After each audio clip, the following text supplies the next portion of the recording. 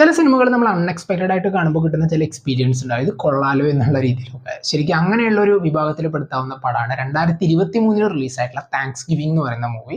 പടം ഇപ്പോൾ നെറ്റ്ഫ്ലിക്സിൽ അവൈലബിൾ ആണ്. ആൻഡ് സിനിമയുടെ ഏറ്റവും വലിയ പോസിറ്റീവ് എന്ന് വെച്ച് കഴിഞ്ഞാൽ അവർ ഉദ്ദേശിച്ചിട്ടുള്ള ഒരു ജോണർ, അതായത് ഒരു സ്ലാഷർ ത്രില്ലർ മൂവി എന്നുള്ള രീതിയിലാണ് അവർ ഈ പടം സെറ്റ് ചെയ്തിട്ടുള്ളത്.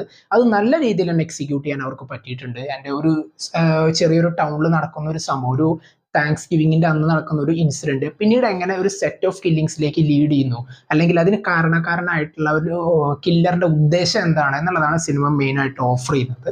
എൻ്റെ ഈ ഒരു പടത്തിന്റെ മൊത്തത്തിലുള്ള ഒരു മേക്കിംഗ് സ്റ്റൈൽ ആയാലും അല്ലെങ്കിൽ ആ ഒരു സ്റ്റോറിയിലേക്ക് കിടക്കുന്ന ആദ്യത്തെ ഒരു 15 മിനിറ്റ് ഒക്കെ നമ്മൾ നോക്കുകയാണെങ്കിൽ ശരിക്കും നമുക്ക് തോന്നും ഇതൊരു സ്പൂഫ് മൂവി ആയിട്ടാണോ അവർ എടുത്തിട്ടുള്ളത് എന്നുള്ളത്. പക്ഷെ പിന്നീട് ആ ഒരു ജോണറിന്റെ സ്വഭാവം അനുസരിച്ചിട്ട് നല്ല രീതിയിൽ തന്നെ ആ ഒരു കഥയെ വർക്കൗട്ട് ചെയ്തെടുക്കാൻ അവർക്ക് പറ്റിയിട്ടുണ്ട്. പ്രത്യേകിച്ച് കുറെ ആ ഒരു സ്ലാഷർ മൂവി ആയതുകൊണ്ട് അങ്ങനെയുള്ള സീക്വൻസുകളൊക്കെ നല്ല പോലെ വർക്കൗട്ട് ആയിട്ടുണ്ട്, അല്ലെങ്കിൽ കിളി